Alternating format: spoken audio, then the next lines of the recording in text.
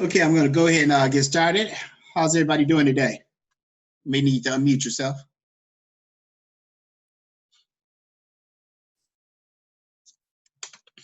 I'm talking to y'all, man.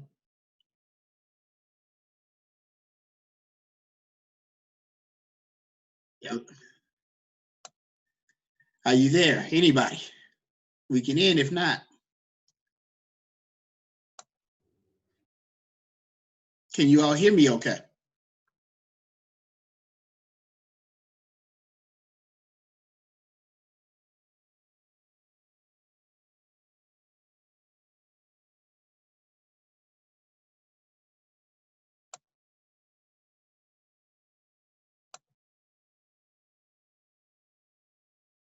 Okay, give me 1 second.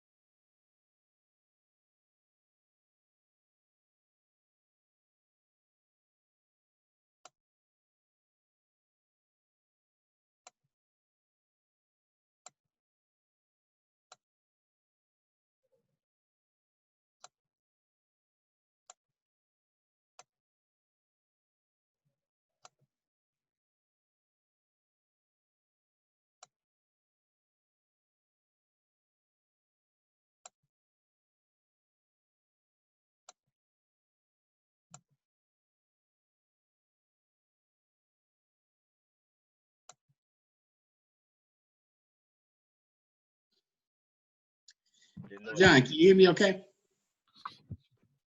Yep. Okay, fantastic. Can anybody else hear me okay?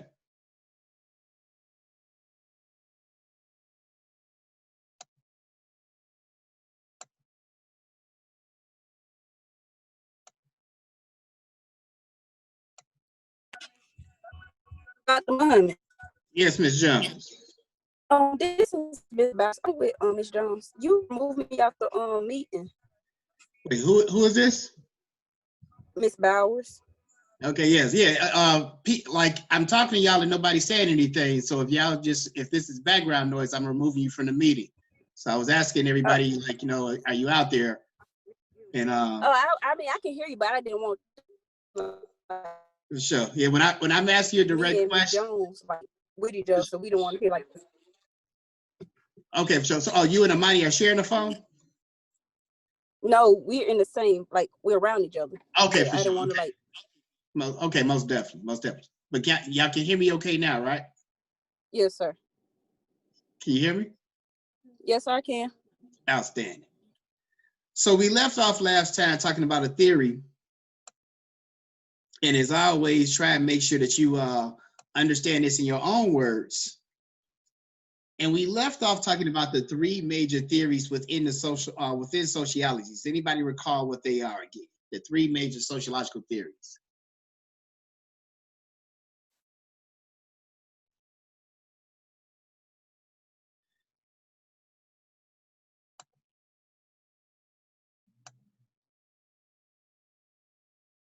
Isaiah, can you hear me okay? Yes, sir. What are the three major sociological theories?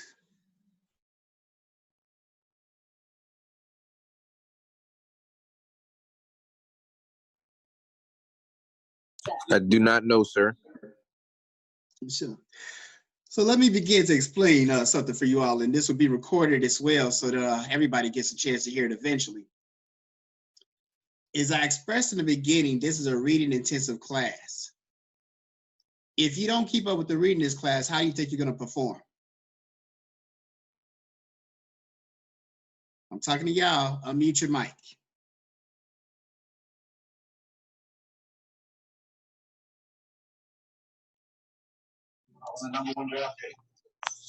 I can't hear you. Pictures on the cover of every sports magazine. We're not going to know what's going on if we don't read. Right. But yet, I'm asking about these theories that we went over. I concluded Wednesday's lecture letting y'all know that I was going to expect you all to be able to deliver these for me when we begin class on Friday. And now I'm getting all types of silence, which suggests to me that people aren't keeping up with the reading. And here with this being week 2, you're already woefully behind. Is there anybody here who's a freshman?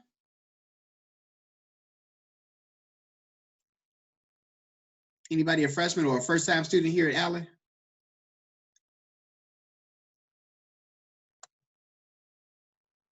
You're unmuted, talk.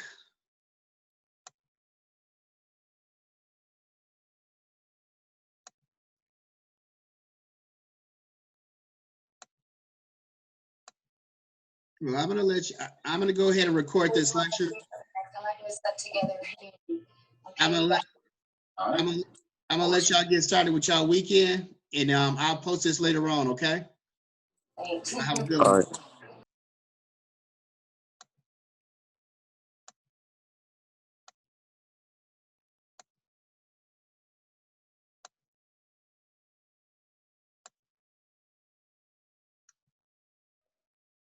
Okay, so now we can have a class.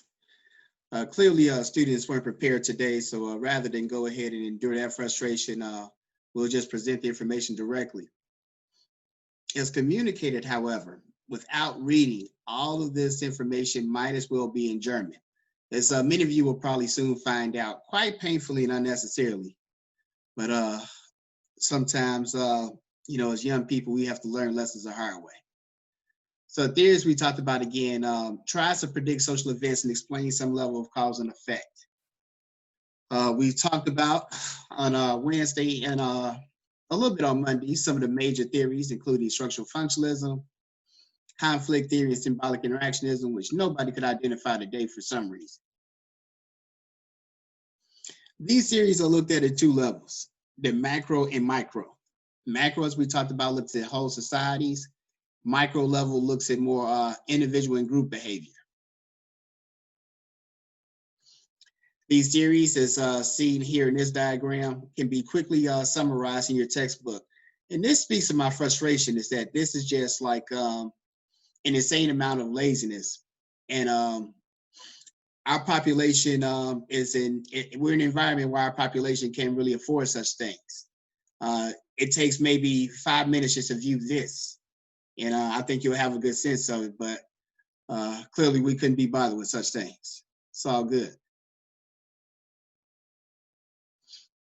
When we talk about theories, they begin by forming a hypothesis, which each of us have done at some point related to various things. That if you get a headache, you may have a hypothesis about what caused this. That, you know, again, in science, we don't believe that things just happen by accident or happenstance. That there's a rational explanation for every behavior and every reaction. So we don't believe this headache came just from nowhere. So we'll hypothesize about where it came from. If you're going to take a trip and you have alternate routes, you will hypothesize about which will get you to your destination quickest and why. We make hypotheses about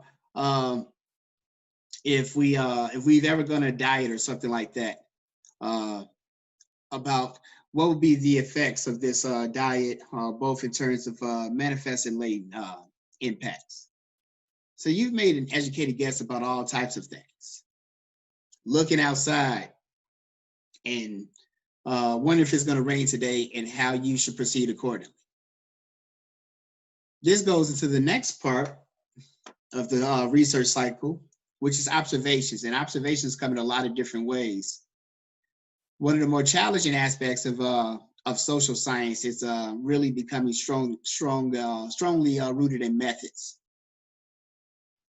So your observations are dependent upon the methods that you use, and we'll talk about those in great detail as we go through the course. Your observations, your scientific observations, should yield some level of generalizations or patterns. as we talked about earlier in the week, there are exceptions to almost every scientific rule.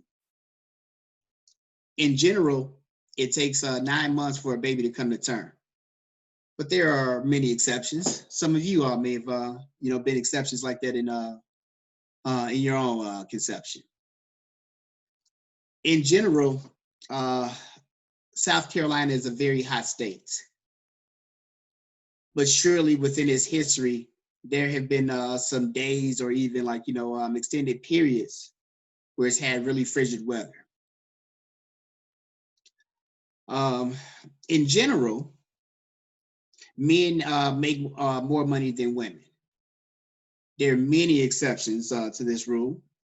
Many people will look to someone like Oprah Winfrey, a really exaggerated exception, and say that no, this isn't true.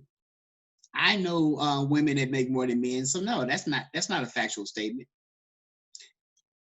One of the things that you want to quickly understand in social science is that more than one thing can be true. So it is true that there are many women who make more than men. It's also true that on average, that is generally not the case. What we try and identify in the sciences is what generally happens. We have tools where we can explain exceptions too, but what we're mainly observing are general patterns of behavior. Keep this in mind. People will try and deny things, particularly, for example, as it relates to Black people, that because you know Black people on welfare or a Black person on welfare, that means that in general, the people on welfare are Black, which is not factually true. You may see and hear things that there are occasions where unarmed white people are shot by the police. In general, that's much more likely to happen to an African American person. There are plenty of people who may smoke 2 packs of cigarettes a day and won't have any health effects from that. In general, that's not going to be the case. So again, we want to look at patterns, what happens consistently, and being able to explain behavior, particularly as it relates to the social sciences. Let's go back to this research cycle again. You have a hypothesis. You make observations to test that hypothesis. And then based upon those systematic observations, you come up with some pattern generalizations to explain what you saw. Those observations can come in 2 forms, either quantitative or qualitative. Quantitative or qualitative. I'll pause for a moment to let you get this all down. And again, as you take notes, this is why when I ask questions in class, we have trouble understanding some of these concepts. Is that oftentimes students will try and just write down the notes on the screen word for word. That's not note-taking. What I want you to do is take these concepts that you see here on the PowerPoint and communicate them in a way that they make sense to, will facilitate your understanding. Obviously, you have to present this accurately back on, the research papers and quizzes and exams that we'll have in this class. But it's going to be difficult to remember word for word this textbook definition. So please don't attempt to do that. That's not really learning or a sign of intelligence anyway. You got to make this your own. And I promise you'll be able to do that. As I told you in the beginning, almost everything that we talked about we'll talk about in here, you've been exposed to in some form. You're going to get new terms and jargon, but you have already made quantitative and qualitative assessments about all types of things.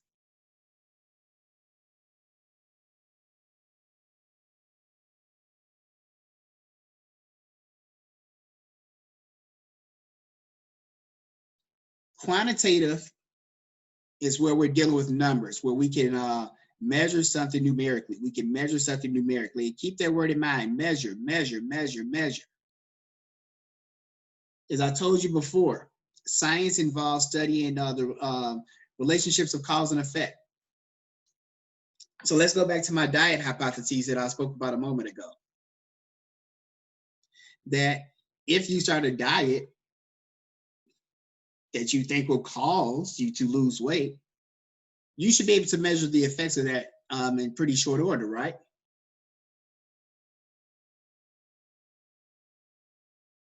So the diet is the stimulus, or write this word down. This will make more sense in a moment, but write this word down.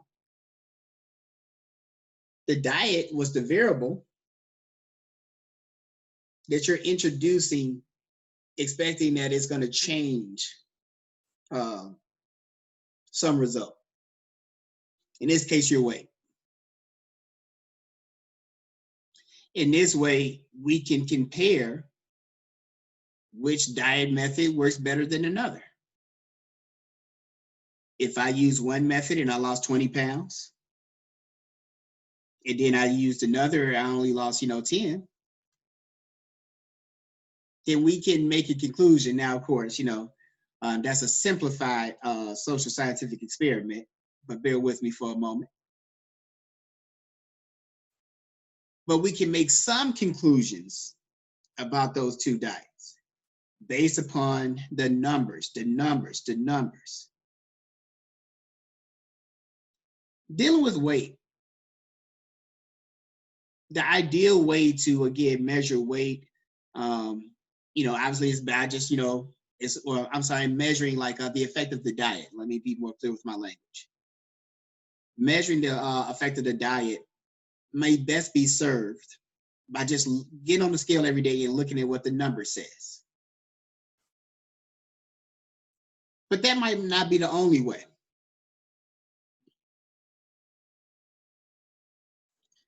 So I could also see if some pants that I was wearing 3 weeks ago, if when I put them on now, they feel looser.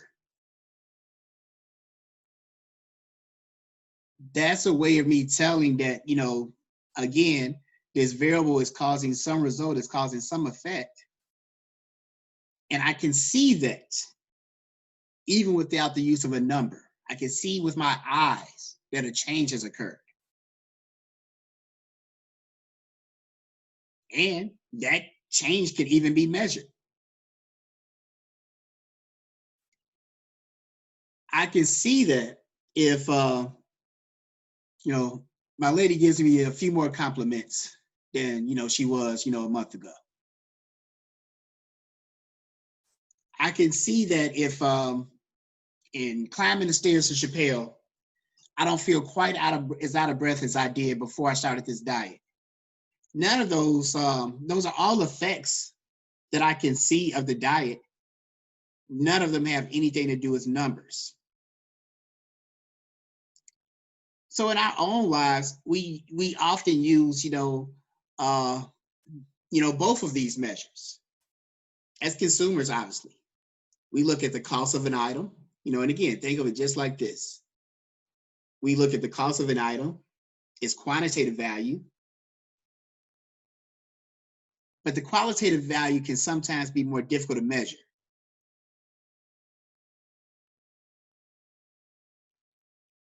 So there's been some things where, like, all of us, of course, Dallas Cowboy fans out there.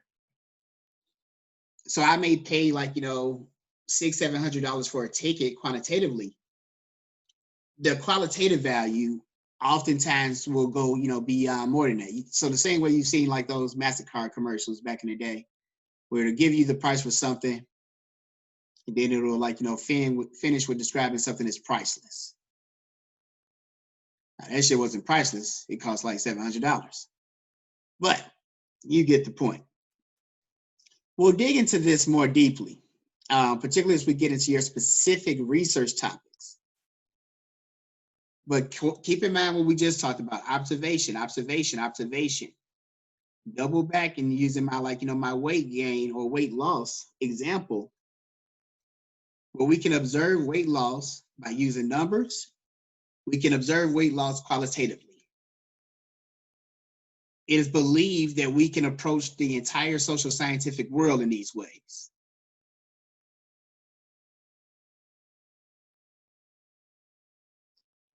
Before we, and again, please, of the things that we've talked about so far, this graph here is the most important.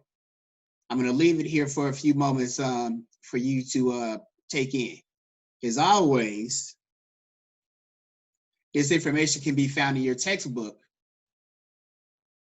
your free textbook. Well, at least free for you. The university took great costs because we believe that economics should not be a barrier to student learning, as it often is. For our next trick, we're going to try and make it where students are not a barrier to student learning. That project is proving a little bit more difficult. But nonetheless, take this in. We'll focus on it a few more times, but this is really, really, really important. Not just for this class, but quite frankly, everything that you're going to do as you matriculate through your program.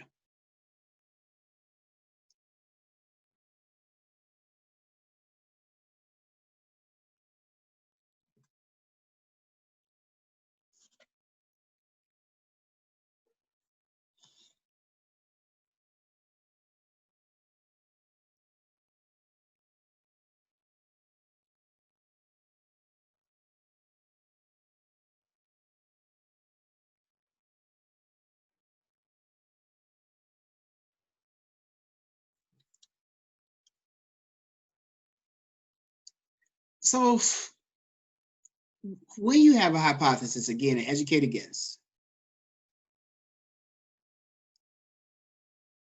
and you want to be able to find out if this is true or not, that you think it may be, but you haven't done the research yet to find out for sure. One of the first things you want to begin to think about is how you want to go about, trying to figure out if your hypothesis is true. How are you going to test your hypothesis? This involves your methods. Do you use quantitative or qualitative? Oftentimes, this will change along the, as you go through other steps in the process. But you often begin thinking about how you want to approach that. No matter what method you use, however, the first thing that you have to begin doing is reviewing the literature. No matter what your topic is, I'm sure you've heard the saying, there's nothing new under the sun. So now, no matter what your topic is, and as brilliant as you are, it is likely that someone else has given thought and consideration to this topic before as well. Rather than exhaust yourself going through all this research where, I want to find out a question that really puzzled and perplexed me in my generation, maybe yours not as much. But exactly how many licks does it take to get to the center of a Tootsie Roll Pop? I could go and try and find this out. But you'll be surprised, young scholars, that somebody's actually already done that research. I want to say with some researchers at Purdue University, and I'm pretty sure that they use a machine or some type of simulation. They didn't actually, have a person, licking the Tootsie Roll Pop, although I would happily have volunteered for that. These coronavirus vaccine tests, I'm not sure I'm ready to volunteer for that one. But the Tootsie Roll Pop licking, yeah, I would have been all over that. But even something that's insignificant as that, human beings have researched. That's true of things like suicide. That's true of things like police brutality. That's true of all sorts of mental health issues. So someone has explored these topics in some form. But fret not. It is oftentimes likely that they have not necessarily addressed a specific question that you may have, young scholar. But to find it out for sure, you have to go and review the literature on this topic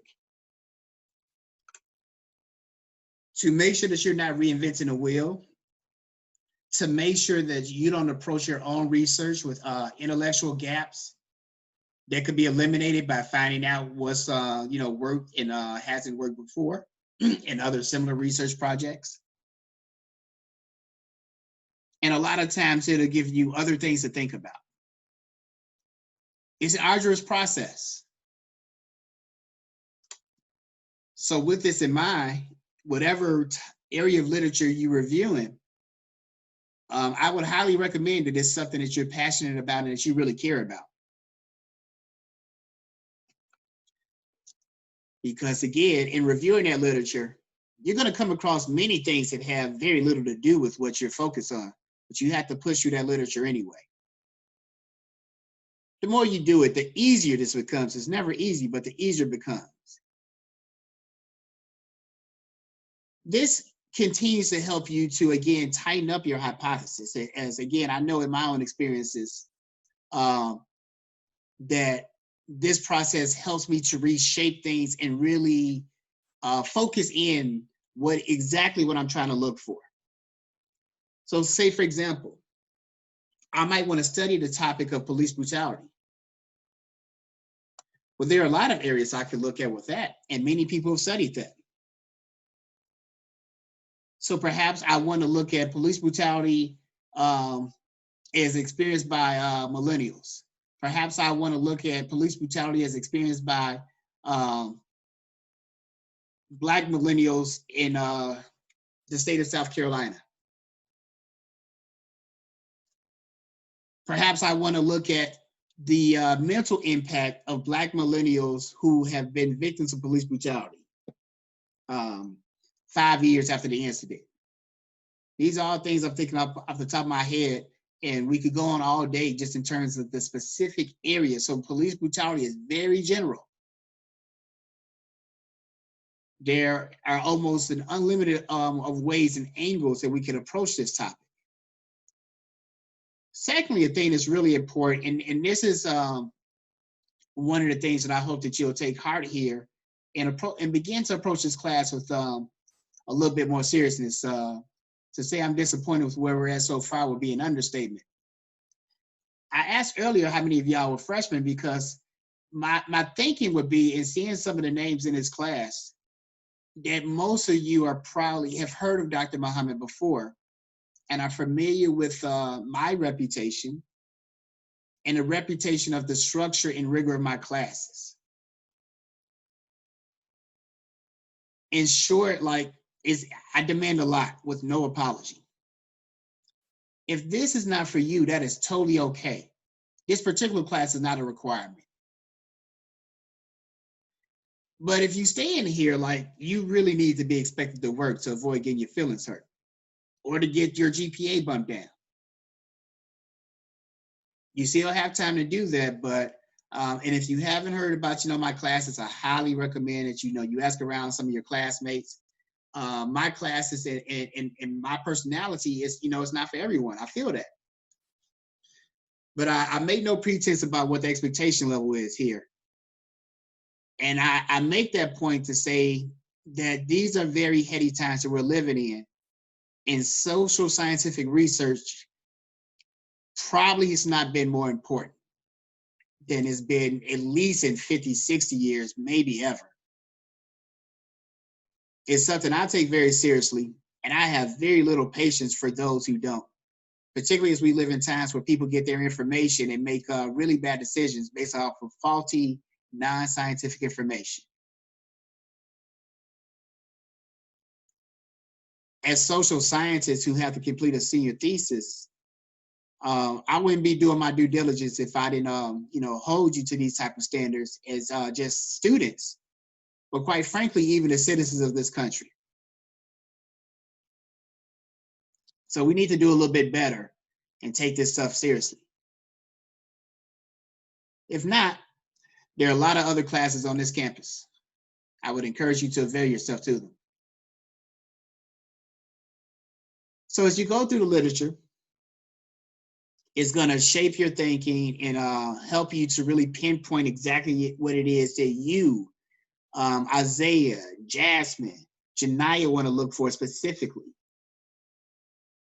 This will also help you develop your research design, something that we'll talk about more in much more detail within the next couple of weeks, in terms of how you want to begin to set up your research. So again, you can't just begin to try and answer these questions. It's really imperative that you have a plan. Follow these steps, again, in great detail. Before we close out for the day, let's look at them a little bit more close. So again, as we talked about before, a hypothesis is an educated guess that explains the relationship between two variables,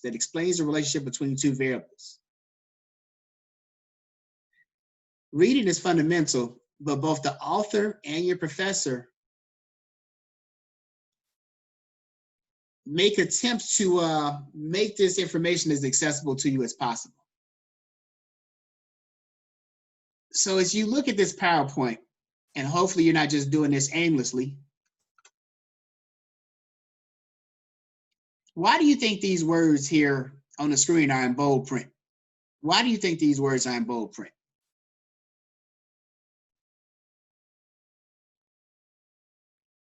You're absolutely right. The author thinks that these words are important. As such, if I were a student, I would give a lot of attention to these concepts. Don't just try and memorize them. Don't look at them in isolation. You cannot understand what an independent variable is without understanding what a hypothesis is. A theory doesn't make as much sense without understanding what all these concepts mean. So knowledge builds off of itself. So the same way, again, like the inactivity that you give to this class and other lower level classes will harm you later on in junior and senior year.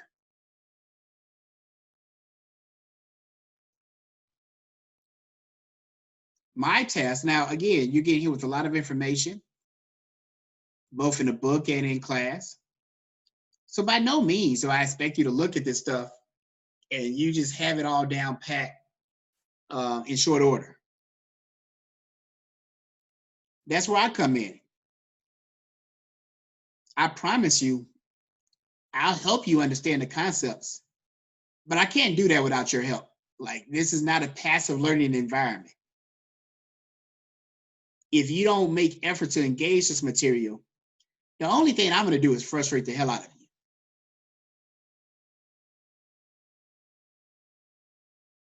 But if you're willing to avail yourself to learning, you're in the right place. Let's do a little bit better than we did here today. I know it's been a long and intensive couple of weeks and getting acclimated to the start of the year. There'll be other times in the semester where you'll fall off. But we got to get picked up to speed very quickly, because once you get into that hole, it becomes very difficult to pull out. When we begin class on Monday, it's going to begin with you all making an attempt to explain to me what's a hypothesis and what's a variable. I'm not looking for perfection. I am looking for more than I got today.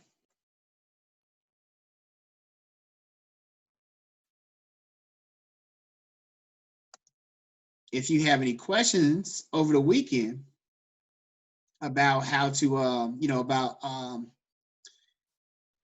your level of understanding of these concepts, I will be delighted to help you in any way that I can. Otherwise, continue reading. And I hope you have a wonderful weekend. Read 5 pages a day at the very minimum. We have reached a point in the semester where you can afford to take any days off whatsoever. If you've looked at the news at all this week, people that hate and resent you are taking little time off. I'm not sure y'all got much time to be slumbering and vacationing either. Food for thought. You cook. Peace to you and yours.